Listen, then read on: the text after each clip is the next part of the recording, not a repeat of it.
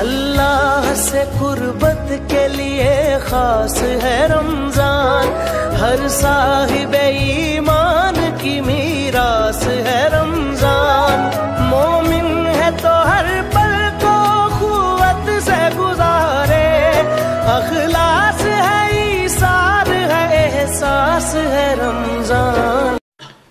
اعوذ باللہ من الشیطان الرجیم، بسم اللہ الرحمن الرحیم،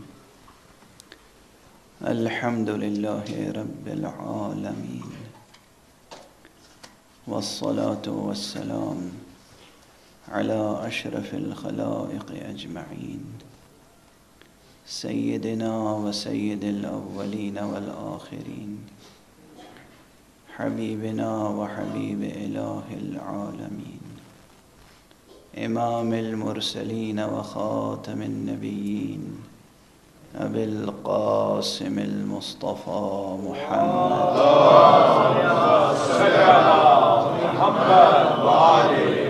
وعلى اہل بیتہ الطیبین الطاہرین الہداة المہدیین المعصومین المظلومین، واللعنة الدائمة على أعداء الدين أجمعين، أما بعد فقد قال الله تعالى عز اسمه في محكم كتابه ومتقن خطابه، بسم الله الرحمن الرحيم، ألف لام ميم، أحسب الناس أن يتركوا أن يقولوا آمنا وهم لا يفتنون، صدق الله العلي العظيم۔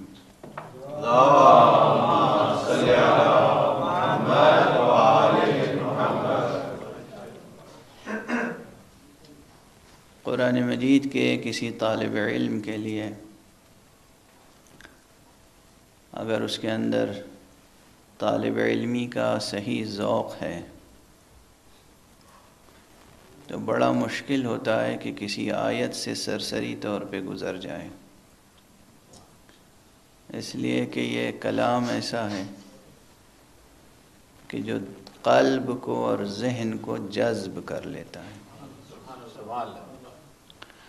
میں نے بار بار عرض کیا ہے آپ حضرات کے سامنے کہ قرآن مجید زندہ معجزہ ہے، اس کے معنی یہ نہیں ہے کہ صرف باقی ہے، اس کے معنی یہ ہے کہ اس کی آیتیں سانس لیتی ہوئی زندہ وجودات ہیں، یہ خود زندہ ہیں اور یہ زندگی عطا کرتی ہیں، زندگی بخشتی ہیں، یہ دوا ہے، یہ شفا ہے۔ قرآن مجید میں ایک سے زائد مقامات پہ قرآن کی توصیف اس عنوان سے کی گئی ہے کہ قرآن شفا ہے۔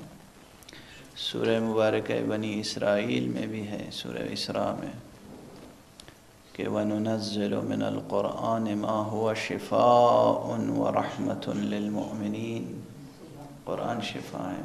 ایک سے زائد مقام پہ کہا گیا، خود قرآن میں اور قرآن کے علاوہ حدیث شریف نبوی میں، احادیث ائمہ اہل بیت علیہم الصلاۃ والسلام میں اسے شفا کہا گیا، اور یہ شفاء جسمانی بھی ہے، شفاء روحانی بھی ہے۔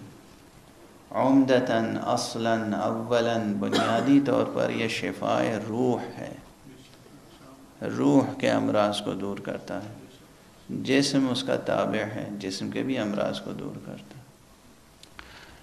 ضمناً اسی طرح بات آ گئی ہے تو عرض کر رہا ہوں کہ معصوم سے روایت ہے، معصوم سے یہ نسخہ پہنچا ہے کہ اگر انسان 7 مرتبہ سورہ الحمد کی تلاوت کرے، 7 مرتبہ، اول و آخر صلوات، ظاہر ہے کہ وہ تو جزء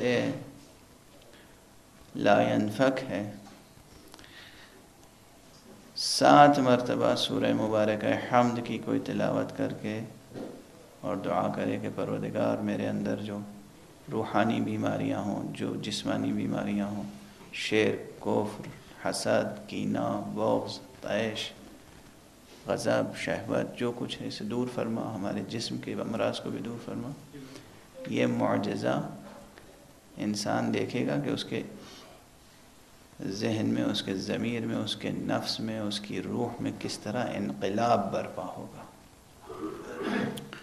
صحت کاملہ ملے گی، شفاء روحانی ملے گی۔ یہ قرآن شفا ہے۔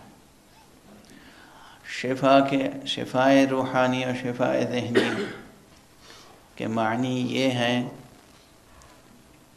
کہ جو اخلاقی برائیاں ہیں وہ تو دور ہوں گی ہی، جو فکری الجھنیں ہیں وہ بھی دور ہوں گی۔ فکری الجھنیں کیسے دور ہوں گی؟ جو پرابلمس ہیں، جو کویسچنز ہیں، جو سوالات ہیں، جو برننگ ایشوز ہیں، جو فکر انسانی کو فلسفیانہ اعتبار سے، حکیمانہ اعتبار سے یا نفسیاتی اعتبار سے پریشان کرتے ہیں، یہ بھی دور ہوں گے، یہ حل ہوں گے۔ ان مسائل کے حل کرنے کا ایک تکوینی ذریعہ اور نظام یہ ہے کہ اس نے امتحان کا نظام بھی رکھا ہے۔ امتحان 2-3 روز سے یہ گفتگو ہو رہی کہ امتحان کا نظام کیوں ہے، امتحان کیوں واجب ہے، امتحان کیوں لازم ہے۔ اس پورے نظام ہستی میں آپ دیکھیں، اس نظام ہستی میں انسان کی فطرت میں آزمانے اور پرکھنے کی صفت موجود ہے۔ انسان کی فطرت میں ہر چیز کو آزماتا ہے، پرکھتا ہے، کسوٹی پہ کستا ہے۔ یہ فطرت انسانی آئینہ مشیت ربانی ہے۔ آپ اپنی فطرت کو کیا سمجھتے ہیں؟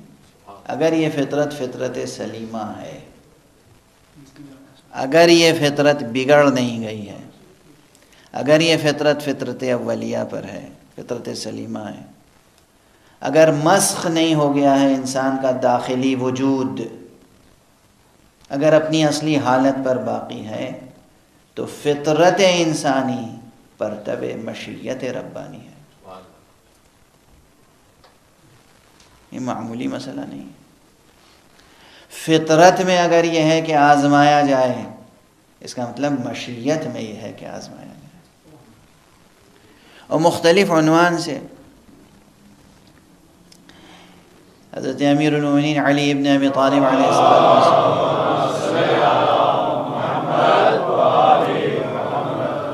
کہ ارشاد گرامی کی روشنی میں نے عرض کیا تھا کہ ایک فائدہ امتحانات کا، یہ امتحان الہی کا، اس نظام تکوینی میں جو امتحان رکھا گیا، اس کا ایک فائدہ یہ ہے کہ انسان کے دل سے تکبر نکل جاتا ہے، غرور و تکبر۔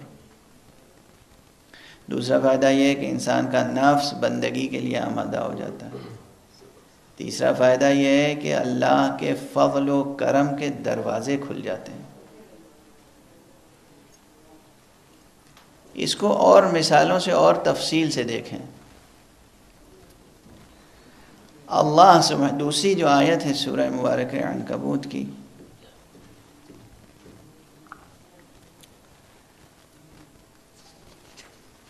پہلی آیت سے جڑی ہوئی اور پہلی آیت کی تفسیر کرتی ہے اور پہلی آیت کے مضمون کو آگے بڑھاتی ہے۔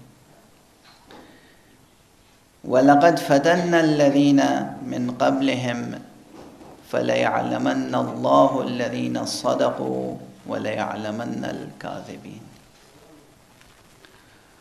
کیا لوگوں نے یہ سمجھ رکھا ہے، یہ گمان کر رکھا ہے، یہ گمان ہے لوگوں کو کہ وہ اتنا کہنے پہ چھوڑ دیے جائیں گے کہ ہم ایمان لے آئے ہیں، انہیں آزمایا نہیں جائے گا، جب کہ ہم نے ان سے پہلے کے لوگوں کو بھی آزمایا،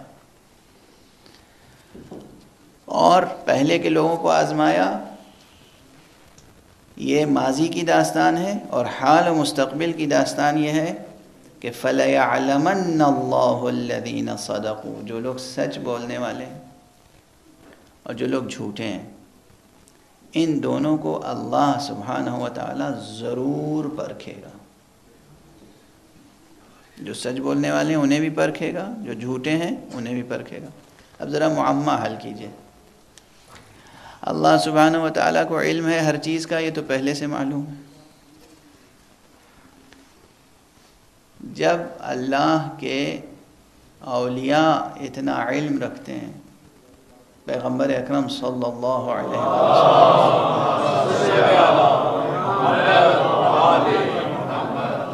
نے کسی دن عرض کیا تھا کہ مشہور یہی ہے کہ حضرت علی علیہ السلام کے علاوہ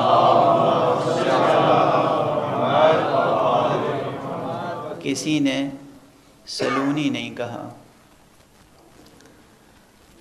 لیکن میں نے عرض کیا تھا کہ پیغمبر صلی اللہ علیہ وسلم نے بھی سلونی کہا، امام صادق علیہ السلام نے بھی سلونی کہا،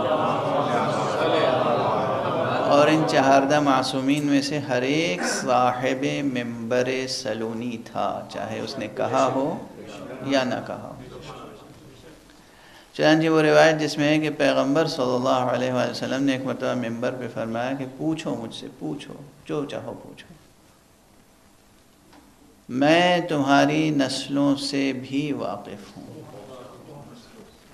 اللہ اکبر۔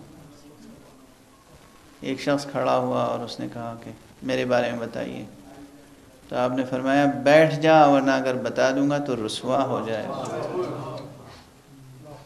کسی کو بتایا کہ فلاں تیرا باپ فلاں نہیں فلاں ہے۔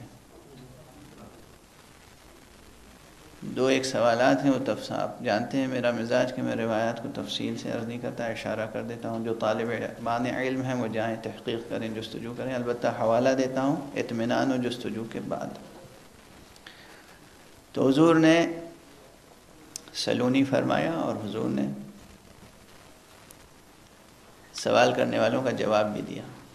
امیر المومنین علی بن ابی طالب علیہ السلام ایک نہیں بلکہ 14 مرتبہ اپنی حیات طیبہ میں سلونی سلونی فرمایا ہے۔ آپ سمجھتے ہیں ایک بار فرمایا صرف؟ 14 مرتبہ۔ بعض روایت میں 7 مرتبہ مدینے میں اور 7 مرتبہ کوفے میں۔ لیکن یہاں پر ایک نقطہ یہ بھی ہے، بعض علماء نے یہ لکھا ہے کہ یہ جتنی بار بھی سلونی فرمایا ہے بعد وصال پیغمبر، حیات پیغمبر میں، اسے کہتے ہیں حفظ مراتب، اسے کہتے ہیں حفظ مراتب۔ حضور موجود ہے، مدینہ علم موجود ہے، حضور کی موجودگی میں حضرت فرمائیں گے کہ مجھ سے پوچھو، رسول کہیں کہ ان سے پوچھو وہ الگ بات ہے، وہ ان کے رہتے ہوئے نہیں کہیں گے کہ مجھ سے پوچھو، یہ حفظ مراتب ہے۔ لیکن جب فرمایا پوچھو تو پھر جس نے جو پوچھا جواب بھی دیا، تفصیل سے موجود ہیں یہ چیزیں۔ ایک آدھ روایت لوگوں کو یاد ہو گئی ہے اور سن سن کے اب تو کتاب تو اٹھا کر مطالعہ کیا نہیں جاتا ہے۔ کسی نے پڑھی تھی کوئی روایت 100 برس پہلے، ان سے کسی نے سنی، اس کے بعد ان سے کسی نے سنی، اور اس کے بعد ان سے کسی نے سنی، اور وہ سنی ہوئی روایتیں دہرائی جا رہی ہیں۔ اب الفاظ میں فرق، تعبیرات میں فرق، توجیحات میں فرق، نکات میں فرق، وہ بڑھتا چلا جا رہا ہے۔ اصل متن سے بات کتنی دور چلی گئی اس کا کسی کو احساس نہیں۔ ان بہرحال یہ مشہور ہے کہ آپ نے ایک بار فرمایا سلونی، اور کسی نے اٹھ کے پوچھا کہ میرے سر کے بال کتنے ہیں؟ یہی ہے نا؟ نہیں، اور بہت سے سوال ہوئے، سینکڑوں سوال کرنے والوں نے سوال کیا ہے، اور ہر سوال کا حضرت نے جواب دیا ہے۔ اس میں اہم سوال بھی ہیں، معمولی سوال بھی ہیں، اس میں فکری فلسفیانہ سوالات بھی ہیں، فقہی سوالات بھی ہیں، تاریخی سوالات بھی ہیں، اخلاقی سوالات بھی ہیں، بہت سے سوالات ہیں جو حضرت سے کیے گئے اور حضرت نے اس کا جواب دیا۔ پروردگار جزائے خیر عطا فرمائے۔ ہمارے دوست ہیں حضرت علامہ سید صادق شیرازی، سید صادق موسوی شیرازی، جنہوں نے نہج البلاغہ کا تکملہ شائع فرمایا ہے، تمام نہج البلاغہ۔ اس میں انہوں نے ان تمام روایات کو ایک جلد میں جمع کر دیا ہے۔ جو سوالات جب حضرت نے کہا سلونی سلونی، اس کے بعد جو جواب وہ جواب دیا۔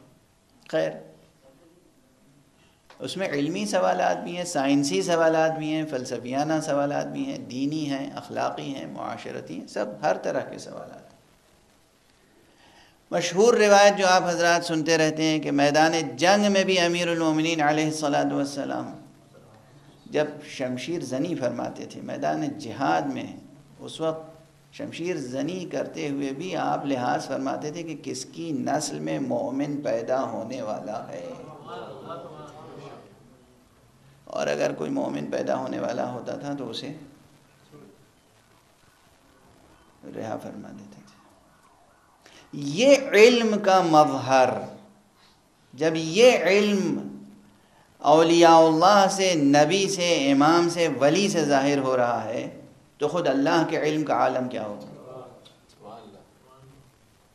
اللہ کو علم، صالح کا بھی علم ہے، طالح کا بھی علم ہے، نیکوکار کا بھی علم ہے، بدکار کا بھی علم ہے، قیامت تک ہر چیز کا علم ہے۔ یہ مخلوق ہے، کائنات مخلوق ہے اس کی، وہ خالق ہے۔ خالق کو اپنی مخلوقات کی سرشت کا علم ہے، نہاد کا علم ہے، طبیعت کا علم ہے۔ کون کیا کرے گا معلوم ہے۔ جب کون کیا کرے گا معلوم ہے، علم ذاتی کے طور پر، تو پھر اس عبارت کے کیا معنی ہے، اس لفظ کے معنی کیا ہے؟ فَلَيَعْلَمَنَّ اللَّهُ، بس اللہ ضرور معلوم کرے گا۔ کس سے معلوم کرے گا؟ کیوں معلوم کرے گا؟ کیسے معلوم کرے گا؟ علماء عرفان و کلام نے یہاں پہ علم ذاتی اور علم فعلی کا فرق واضح کیا۔ اس دقیق علمی اور الجھی ہوئی، نسبتاً الجھی ہوئی بحث کو میں آج یہاں پر چھیڑ نہیں سکتا، نہ دامن وقت میں گنجائش ہے، نہ آپ حضرات میں تحمل ہے، معاف فرمائیے گا یہ جملہ کہہ رہا ہوں، چونکہ آپ اس میدان کے نہیں ہیں۔ اس لیے میں ایک دوسری جہت سے عرض کر رہا ہوں۔ اللہ سبحانہ و تعالیٰ نے ایک نظام رکھا ہے، آزمائش کا، امتحان کا کیوں رکھا ہے؟ اور یہ اعلان فرمایا کہ میں ضرور معلوم کروں گا۔ معلوم کرنے کی تعبیر یہ کیجیے کہ یعنی میں ضرور پرکھوں گا، میں ضرور کسوٹی پر کسوں گا۔ سوال پھر بھی قائم رہے گا کہ پرکھنے کی ضرورت کیا ہے، کسوٹی پہ کسنے کی ضرورت آپ کو کیا ہے، اللہ سبحانہ و تعالیٰ کو کیا ضرورت ہے؟ اب بے شک اللہ کو کوئی ضرورت نہیں۔ اللہ سبحانہ و تعالیٰ کے یقین میں اضافہ تھوڑی ہو جائے گا پرکھنے کے بعد۔ جب علی کہتے ہیں کہ پردے ہٹا دیے جائیں تو میرے یقین میں اضافہ نہیں ہوگا، تو اس علی اعلیٰ، اس علی عظیم، اس خالق امیر المومنین علیہ السلام کے علم میں کیا اضافہ ہونے والا ہے؟ واضح ہے۔ یہ امیر المومنین فرما رہے ہیں، علی عبد خدا، بندہ خدا فرما رہے ہیں کہ لو کشف الغطاء لمزددت یقینا، اگر پردے ہٹا دیے جائیں تو میرے یقین میں کوئی اضافہ نہیں ہوگا۔ علی کے یقین میں اضافہ نہیں ہونے والا ہے۔ خالق علی ابن ابی طالب۔ مسئلہ یہاں پر ان مثالوں سے واضح ہوگا۔ میں نے کیا عرض کیا تھا ابھی شروع میں کہ فطرت انسانی پرتو مشیت الہی ہے۔ یہ بتائیے انسانوں نے جو تمدنی نظام ڈیولپ کیا ہے، اس میں مجرمین پکڑے جاتے ہیں، ملزمین پکڑے جاتے ہیں، عدالتوں میں آتے ہیں، پھر ٹرائل پر کیس چلتا ہے۔ اس کی کیا ضرورت ہے؟ ادھر کے گواہ آ رہے ہیں، ادھر کے گواہ آ رہے ہیں۔ یہ کیس کوشش جج کی کیا ہوتی ہے، قاضی کی کوشش کیا ہوتی ہے؟ قاضی کی کوشش یہ ہوتی ہے کہ مجرم کو آخری سزا سنائی تب جائے جب مجرم خود اپنے جرم کا اعتراف کر لے۔ جج کی کوشش یہ ہوتی ہے۔ اسی مرحلے میں بہت سے وہ چھوٹ بھی جاتے ہیں کہ جنہیں غلط طور پر الزام لگا کر گرفتار کر لیا جاتا ہے بلا میں۔ ابھی ہم دیکھ رہے ہیں ہندوستان میں بے گناہ مسلمانوں کو گرفتار کر لیا گیا، کہا گیا انہوں نے بم بلاسٹ کیا، انہوں نے یہ ایکٹیویٹی کی ہے، انہوں نے وہ ایکٹیویٹی کی ہے، گرفتار کر لیا گیا۔ نہ صرف یہ کہ گرفتار کیا گیا بلکہ ان سے جعلی بیانات بھی منسوب کر دیے گئے، بلکہ بیانات لیے گئے، بیانات پہ ان کے دستخط کرا لیے گئے۔ اب جب موقع ملا اس شخص کو قاضی کے سامنے، جج کے سامنے بیان دینے کا، تو اس نے کہا کہ یہ دستخط بھی مجھ سے زبردستی لینے کی کوشش کی گئی، یہ بیان بھی غلط ہے، جعلی ہے، میں نے یہ جرم نہیں کیا۔ ٹھیک ہے، ان بیانات پر بھی ظاہر تحقیق ہوتی ہے، تنقیح ہوتی ہے، سوالات قائم ہوتے ہیں، اس کے بعد جج ایک نتیجے تک پہنچتا ہے۔ یہ سب حصہ ہے اس نظریہ و نظام عدل کا جو خود فطرت انسانی نے قائم کیا ہے۔ کس لیے قائم کیا ہے؟ یہ نظریہ اور یہ نظام آزمائش اور امتحان اور ٹرائل کا یہ کس لیے؟ تجربے کا نظریہ اور نظام کس لیے؟ تاکہ مجرم خود اپنے جرم کا اعتراف کر لے۔ اس نظریے کو دوسرے مرحلے پہ لے آئیں، آپ عدالت اور جرم کی بحث نہ کریں، انتظام کی بحث کریں۔ کوئی ادارہ آپ چلا رہے ہیں، وہاں آپ کو کسی کو مینیجر رکھنا ہے، مینجمنٹ کے کورسز وہ پڑھتا ہے، اس کے بعد اسے ایک تجربے کا موقع دیا جاتا ہے، یا پوچھتے ہیں آپ کہ آپ نے تجربہ بھی کچھ کیا ہے یا نہیں کیا ہے۔ یہ بار بار تجربے کا مسئلہ کیوں درمیان میں آتا ہے؟ کبھی یہ ہوتا ہے کہ انسان یا کوئی فرد اپنے بارے میں خوش فہمی کے بنا پر یہ سوچتا ہے کہ میں اس منصب کے لائق ہوں، مگر وہ ہوتا نہیں ہے۔ اب اس معصوم کو کیسے یہ باور کرایا جائے کہ تم اس منصب کے لائق نہیں ہو؟ ایک شخص آیا ہے، وہ کہہ رہا ہے میں اس منصب کے لائق ہوں، آپ کیسے کہہ دیں گے کہ آپ اس منصب کے لائق نہیں ہیں؟ دل توڑ دیں گے اس کا۔ یا آپ تحکم سے کام لیں گے، آپ کہیں گے میں نے کہہ دیا نا بس آپ اس کے لائق نہیں ہیں، اگرچہ آپ صحیح کہہ رہے ہیں،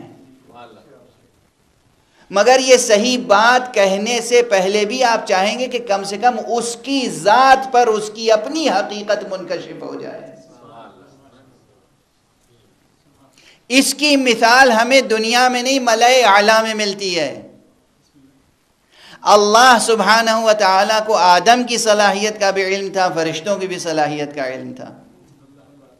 خالق ہے، فرشتوں کا بھی خالق ہے، آدم کا بھی خالق ہے۔ آدم کو اپنی خلافت کے لیے منتخب کیا تھا، اعلان کیا تھا میں خلیفہ بنانے والا ہوں۔ فرشتوں کو یہ گمان تھا کہ وہ خلافت الہیہ کے زیادہ مستحق ہیں اور آدم سے برتر ہیں۔ اللہ بغیر کسی آزمائش کے بھی کہہ دیتا کہ فرشتوں یہ گمان باطل ہے، تمہارا غلط ہے، خوش گمانی میں ہو، آدم ہی مستحق ہے، اور بس آخری بات۔ فرشتے سر بسر تسلیم ہو جاتے یا نہیں؟ فرشتے تھے۔ اس کے باوجود پروردگار عالم نے ایک چھوٹا سا امتحان رکھا، آدم کو علم دیا اور اس کے بعد فرشتوں کے سامنے سوال رکھا اور آدم سے کہا، فرشتوں سے کہا کہ ان سوالات کا جواب دیں۔ فرشتے سوالات کا جواب نہیں دے سکے۔ قرآنی واقعہ ہے، سورہ بقرہ میں موجود ہے، متعدد بار قرآن مجید نے اس واقعے کی طرف اشارہ کیا ہے، یہاں تک کہ فرشتوں نے خود اعتراف کر لیا کہ پروردگار تیری ذات پاک و پاکیزہ ہے، منزہ ہے، تو جو جانتا ہے وہ ہم نہیں جانتے۔ اور پھر پروردگار نے کہا ہاں ہم جو جانتے ہیں وہ تم نہیں جانتے۔ آدم کے استحقاق کو ثابت کیا، فرشتوں کے عدم استحقاق کو ثابت کیا، ایک آزمائش کے ذریعے سے، امتحان کے ذریعے سے۔ وہ بھی ایک امتحان تھا۔ اس کے معنی یہ ہے کہ نظام تشریع میں یا نظام تکوین میں اگر امتحان رکھا گیا ہے تو اس کے معنی یہ نہیں ہے کہ اللہ کے علم میں اضافہ ہوگا، بلکہ اس کے معنی یہ ہے کہ خود افراد بشر یا مخلوقات جو ہیں وہ اپنی حقیقت ان پر منکشف ہو جائے کہ ہم کس چیز کے اہل ہیں، کس چیز کے لائق ہیں، کس چیز کے مستحق ہیں، کس شے کا استحقاق رکھتے ہیں، کس شے کا استحقاق نہیں رکھتے۔ توجہ ہے آپ کی۔ اس لیے کوئی بھی نظام الہی میں جو حکمتیں ہیں وہ بے سبب نہیں ہیں۔ کبھی حرف شکایت زبان پہ نہ آئے اگر آزمائشیں سامنے آ جائیں، جو عام طور پر ہمارا حال ہے، جو عام طور پر ہمارا حال ہے کہ ہم گلہ کرتے ہیں اور شکوہ کرتے ہیں۔ نہیں، گلہ شکوہ نہ کیجیے، ان حقائق کو سمجھیے۔ امتحان کیوں رکھا گیا، آزمائش کیوں رکھی گئی، بے پناہ حکمتیں۔ میں تو ایک ایک جہت کی طرف ایک ایک دن اشارہ کر پا رہا ہوں، وہ بھی مکمل طور پر نہیں۔ آیتوں کا سلسلہ اس سے آگے بڑھتا ہے.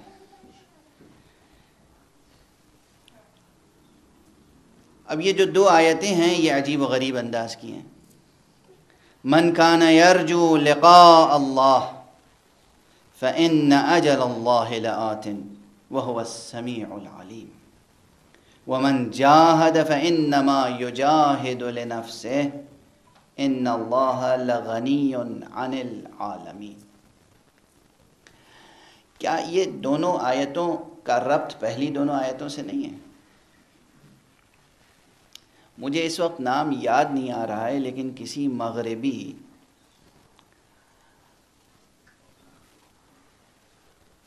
مفکر نے اور ادیب نے، غالباً کارلائل نے، قرآن مجید کے تعلق سے کوئی اچھی رائے نہیں دی ہے. غالباً اسی نے، اور کہا ہے کہ یہ منتشر جملوں کا مجموعہ ہے، ایک جملے کا دوسرے جملے سے کوئی ربط نہیں ہے. قرآن مجید کی فصاحت و بلاغت و اس کے نظم و نظام پر ایک سخت تنقید کی ہے اس نے. اور وہ تنہا نہیں ہے، بہت سے جو غیر مسلم ہیں انہیں قرآن مجید پہ کیا یقین و اعتماد ہے. اور افسوس یہ ہے کہ اب بعض مسلم بھی ایسے پیدا ہو رہے ہیں جو قرآن مجید کی فصاحت پہ، اس کی بلاغت پہ، اس کے معجزہ ہونے پر، اس کی معنویت پہ اعتراضات کر رہے ہیں. قرآن مجید کی مسلمانوں میں سے کچھ لوگ ایسے ابھر رہے ہیں. لیکن یہ یاد رکھیں کہ جس قدر آپ ڈوبیں گے قرآن مجید میں، اس قدر آپ کو معلوم ہوگا کہ ہر لفظ دوسرے لفظ سے مربوط ہے، ہر آیت دوسرے آیت سے مربوط ہے، ہر سورہ اپنے گزشتہ اور آئندہ سوروں سے مربوط ہے. ایک حیرت انگیز نظام ہے اس میں. یہ جو آیت آئی عظیم الشان آیت، من کان یرجو لقاء اللہ، من کان یرجو لقاء اللہ فإن اجل اللہ لآت. لقاء رب کی بات شروع ہو گئی. وہ جو آرزو رکھتا ہے اللہ سے ملنے کی، اللہ سے ملاقات کی، لقاء اللہ کی جو آرزو رکھتے ہیں، جو امید رکھتے ہیں، لقاء حق کی آرزو، اللہ کی آرزو، اللہ اکبر، اللہ سے ملنے کی آرزو، یہ کیا کسی معمولی بشر میں ہوگی، معمولی انسان میں ہوگی؟ اس کے معنی یہ ہے کہ یہ پورا نظام جو آزمائش اور امتحان کا قائم کیا گیا ہے، یہ سب کے لیے تو ہے، لیکن بطور خاص ان اولو العزم مؤمنین کے لیے ہے جن کی ہمتیں بہت بلند ہیں، حوصلے بہت بلند ہیں. ایمان اور بے حوصلگی جمع نہیں ہو سکتی. ایمان کے ساتھ ہمت کی بلندی شرط ہے، ایمان کے ساتھ حوصلے کی بلندی شرط ہے.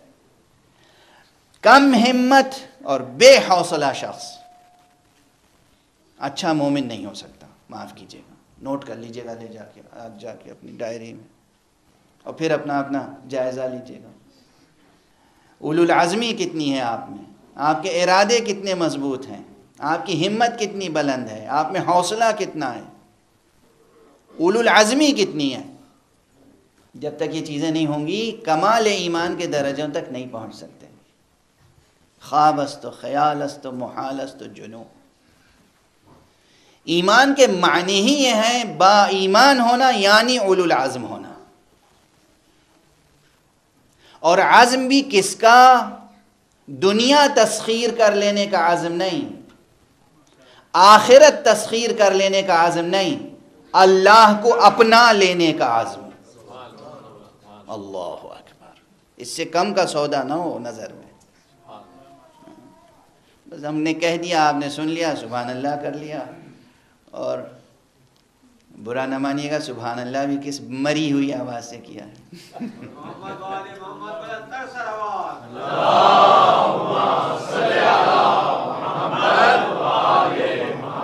کیوں کیا ہے یہ نہیں کہ میں، اس لیے کہ یہ معانی پوری طرح واضح ہیں نہیں سامنے. یہ تصورات، یہ معانی، یہ نظریات اللہ کو اپنا لینے کے کیا معنی ہے؟ لقاء اللہ کے معنی کیا ہے؟ لقاء رب کی لذت کیا ہو سکتی ہے؟ یہ بحثیں ہوتی نہیں ہیں نا اب ہمارے درمیان. ہوتی ہیں؟ یہ مسائل چھیڑے جاتے ہیں؟ نہیں ہوتے. اب نہیں ہوتے، جب نہیں ہوتے تو یہ ذوق بیدار کہاں سے ہوگا؟ لقاء رب، اللہ سے ملنا ہے. اس کو فوراً نہ جوڑ دیجیے گا اس بحث سے کہ جو بحث علم کلام میں ہے کہ قیامت میں اللہ تعالیٰ کا چہرہ نظر آئے گا یا نہیں، دنیا میں نظر آئے گا یا نہیں، نظر آ سکتا ہے یا نہیں. یہ سب علم کلام کی بحثیں اپنی جگہ ہیں. ایک عظیم الشان نقطے کی طرف اشارہ کیا ہے مفسر قرآن حضرت علامہ طباطبائی رضوان اللہ تعالی علیہ نے.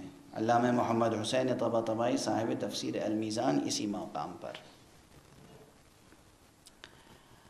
اس کے بعد کی جو آیت ہے لقاء اللہ سے بعد کی آیت، پہلے اسے بھی توجہ دلا دوں پھر ایک مطلب کی طرف اشارہ کروں.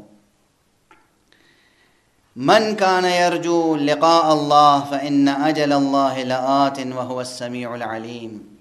جو بھی اللہ سے ملنے کی آرزو رکھتا ہے اسے معلوم ہونا چاہیے کہ اللہ کی مقرر کی ہوئی مدت پوری ہونے والی ہے. وہ وقت آئے گا، وہ ساعت آئے گی، وہ گھڑی آئے گی، لقاء اللہ کا شرف نصیب ہوگا.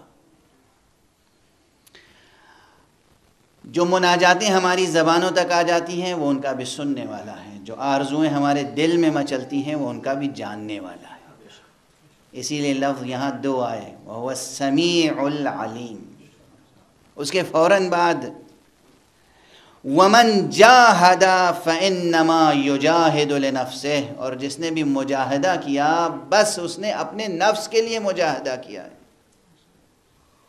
ان اللہ لغنی عن العالمین. اللہ تمام عالمین سے غنی ہے، مستغنی ہے، محتاج نہیں ہے، بے نیاز ہے، غنی علی الاطلاق ہے.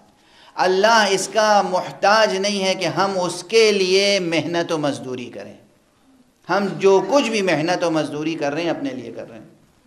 جن آزمائشوں سے بھی گزر رہے ہیں اپنے نفس کی خاطر. یعنی کیا؟ وَمَنْ جَاهَدَ فَإِنَّمَا يُجَاهِدُ لِنَفْسِهِ. یہ پہلے عرض کر چکا ہوں کسی دن یہیں ابھی اس سلسلے مجالس میں بھی کہ جاہد اور اجتہد یہ سب ایک ہی روٹ ورڈ سے نکلنے والے الفاظ ہیں، جیم ہے دال. جہاد، اجتہاد، مجاہدہ. جہاد کی بحث میں ایک روایت مشہور ہے، معروف ہے، متفق علیہ ہے، متفقہ روایت ہے تمام مسالک کے درمیان، کہ کچھ لوگ ایک جنگ سے پلٹے، زخمی تھے، خون بہہ رہا تھا، ہتھیار ابھی دھوئے نہیں تھے، ہتھیار تھے، جنگ سے پلٹے، تھکے ہوئے، زخم خوردہ، شہید کچھ لوگ ہوئے، کچھ لوگ شہادت کی آرزو دل میں لیے ہوئے واپس آ گئے. پیغمبر صلی اللہ علیہ وآلہ وسلم کے سامنے سے گزرے تو پیغمبر صلی اللہ علیہ وسلم نے فرمایا کہ تم لوگوں نے جہاد اصغر تو کر لیا، ابھی جہاد اکبر باقی ہے. اب جہاد اصغر جان جاتی ہے، زخم لگتے ہیں، پامال ہوتے ہیں لوگ، اس کو کہہ رہے ہیں جہاد اصغر. تو بھی جہاد اکبر کیا ہوگا؟ لوگوں نے حضور سے پوچھا کہ یا رسول اللہ یہ جہاد اصغر ہے تو جہاد اکبر کس کا نام ہے؟ کہا جہاد نفس. دوسرے سے جنگ کرنا آسان ہے، اپنی نفس سے جنگ کرنا، دوسرے کو زیر کر لینا آسان ہے، اپنے آپ کو زیر کر لینا، اپنی آرزوؤں کو، اپنی خواہشوں کو، اپنی امنگوں کو، اپنی تمناؤں کو، اپنے غیظ کو، اپنے غضب کو، اپنے طیش کو اپنے حسد کو، اپنے کینے کو، ان سب کو کچلنا اور فاتح بننا، یہ بہت بڑا مسئلہ ہے۔ لیکن رسول اللہ صلی اللہ علیہ وآلہ وسلم نے اس آیت کریمہ کو، اس حدیث شریف میں جو فرمایا ہے کہ یہ جہاد اکبر جہاد نفس ہے، عرفاء نے بحث کی ہے اور کہا ہے کہ یہ جہاد اکبر اس لیے فرمایا حضرت نے کہ صرف 2 ہی جہاد کا وہاں ذکر کیا تھا، جہاد اصغر، اور اس اصغر کے مقابلے میں یہ اکبر تھا۔ لیکن جہاد کے 3 مراتب ہیں، اگر اس تیسرے مرتبے کا ذکر بھی فرماتے حضرت اسی مقام پر تو یقیناً اس جہاد کو جہاد اوسط کہتے ہیں، جہاد اکبر اس سے بھی بڑا جہاد ہے۔ اب اور حیرت میں اضافہ ہوا، دوسروں سے اسلحہ لے کر جنگ کرنا، جان دے دینا میدان جنگ میں لڑتے ہوئے، یہ جہاد اصغر۔ اپنے نفس سے جنگ کرنا، یہ جہاد اوسط۔ تو اب جہاد اکبر کون سا ہے؟ اس سے بڑا جہاد کون سا ہے؟ یہ جو جہاد ہے جو اپنے نفس سے کرتے ہیں آپ، اسی کا دوسرا نام تقویٰ ہے۔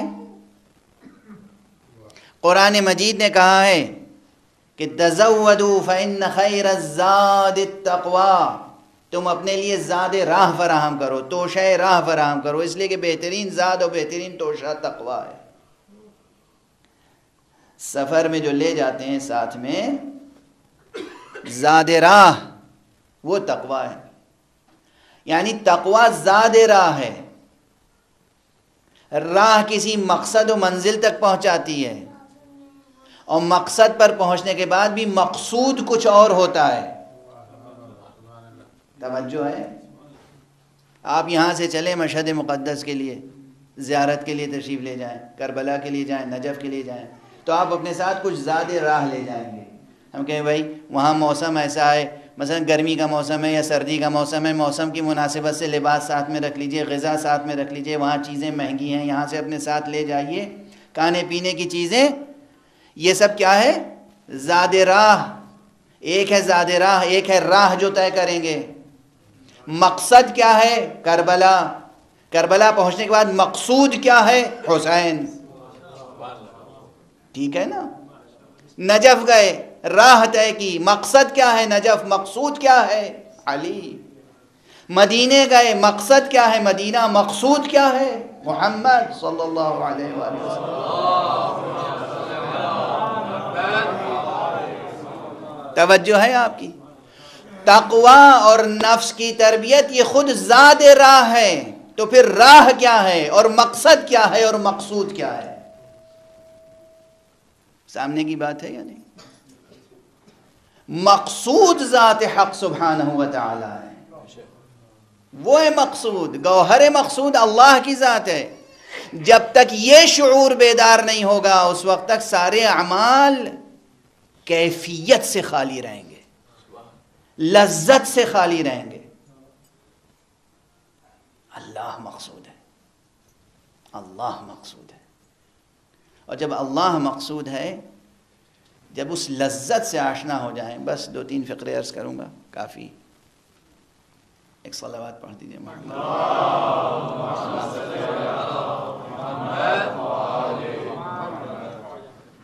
قرآن ہے اسے بلندی کر۔ اگر ہم مقصد سے آشنا ہو جائیں، اللہ مقصد ہے، پھر اندازہ ہوگا کہ محمد اور آل محمد علیہ السلام یا تمام انبیاء، تمام اوصیاء، تمام اولیاء اللہ، اللہ کی راہ میں پیش آنے والے مصائب کو کیوں اس طرح قبول کرتے ہیں کہ جیسے کوئی نعمت آتا رہی ہو، کسی اور کی بات نہیں۔ آپ کربلا کا تذکرہ برابر سنتے رہتے ہیں، کل جناب خدیجۃ الکبریٰ سلام اللہ علیہا کا ذکر ہو رہا تھا، آج گویا روز شہادت، میں شہادت کہتا ہوں، روز شہادت جناب خدیجۃ الکبریٰ۔ اصطلاحاً آپ وفات و شہادت میں فرق کرتے ہیں. جس رسول نے فرمایا ہے کہ جو ہم محمد و آل محمد کی محبت پر مر جائے وہ شہید مرتا ہے. تو جناب خدیجۃ الکبریٰ کی وفات کیا وفات ہے، اسے شہادت نہیں کہیں گے آپ؟ وہ بھی ان مصائب کے بعد 3 برس شیب ابی طالب میں بھوکے پیاسے گزارنا، گھاس کھا کر، پتے کھا کر پیڑ کے، کہ جسم مبارک آپ کا سبز ہو گیا تھا. میں نے کل عرض کیا تھا کہ کربلا کی 3 دن کی پیاس کتنی شدید پیاس تھی. بی بی خدیجۃ الکبریٰ کتنے دن پیاسی رہی، کتنا سا پانی ملا، کتنی غذا ملی، کیا ملا. اس کے باوجود وہ تمام عیش و تنعم کی زندگی چھوڑ کر یہ ابتلا کی زندگی قبول کرنے کے معنی کیا تھے؟ یا کربلا میں آ جائیے. کربلا میں امام حسین علیہ السلام کی کیفیت دشمن بیان کرتے ہیں. کہتے ہیں روز عاشورہ صبح سے لے کر اور عصر عاشور تک ہم چہرہ حسین کو دیکھ رہے تھے. جیسے جیسے مصیبتیں بڑھتی جاتی تھیں حسین کا چہرہ دمکتا جاتا تھا. اللہ اکبر. دشمن کی گواہی ہے. حسین علیہ السلام کا چہرہ دمکتا جاتا تھا، چہرے کے نور میں اضافہ ہوتا جاتا تھا. افسردگی نہیں، پشمردگی نہیں، چہرہ پیلا نہیں پڑ رہا تھا، زرد نہیں ہوا جا رہا تھا، لہو بہہ رہا تھا اور چہرے کا نور بڑھ رہا تھا. یہ تھے حسین اللہ کی کیونکہ مقصود حسین کا ذات گرامی ہے حق سبحانہ و تعالی. توجہ ہے. ہم آپ گریہ کریں، عزاداری کریں، مگر روح عزا کو سامنے رکھیں. روح عزا بھی یہی ہے، حق تک پہنچنا. اسے نہ بھولیں، اللہ کو نہ بھولیں. لفظ اللہ، ذات اللہ گوہر مقصود ہوا ہے، اس تک پہنچنا ہے. گریہ کریں، ماتم کریں، عزاداری کریں. برابر یہ جملہ کہتا رہتا ہوں، ان آنکھوں کا کام، یہ جو آنکھیں ہمارے چہرے پہ ہیں، ان آنکھوں کا کام ہے آنسو بہانا. یہ آنسو بہائیں گی، مگر دل کی آنکھوں کا کام کچھ اور ہے، عقل کی آنکھوں کا کام کچھ اور ہے. جس طرح پیغمبر اکرم صلی اللہ علیہ وآلہ وسلم کا جملہ ہے، حضور نے نماز پڑھی، کہا صلو کما رأیتمونی اصلی، تم ویسے نماز پڑھو جیسے مجھے دیکھو نماز پڑھتے ہوئے. حج کے لیے تشریف لے گئے، کہا خذوا مناسککم عنی، جیسے میں حج کر رہا ہوں ایسے تم حج کرو. اسی طرح میدان کربلا میں آنے کے بعد حسین کی صدائے حال یہ تھی کہ دیکھو جیسے میں جہاد کر رہا ہوں ایسے تم جہاد کرنا سیکھو.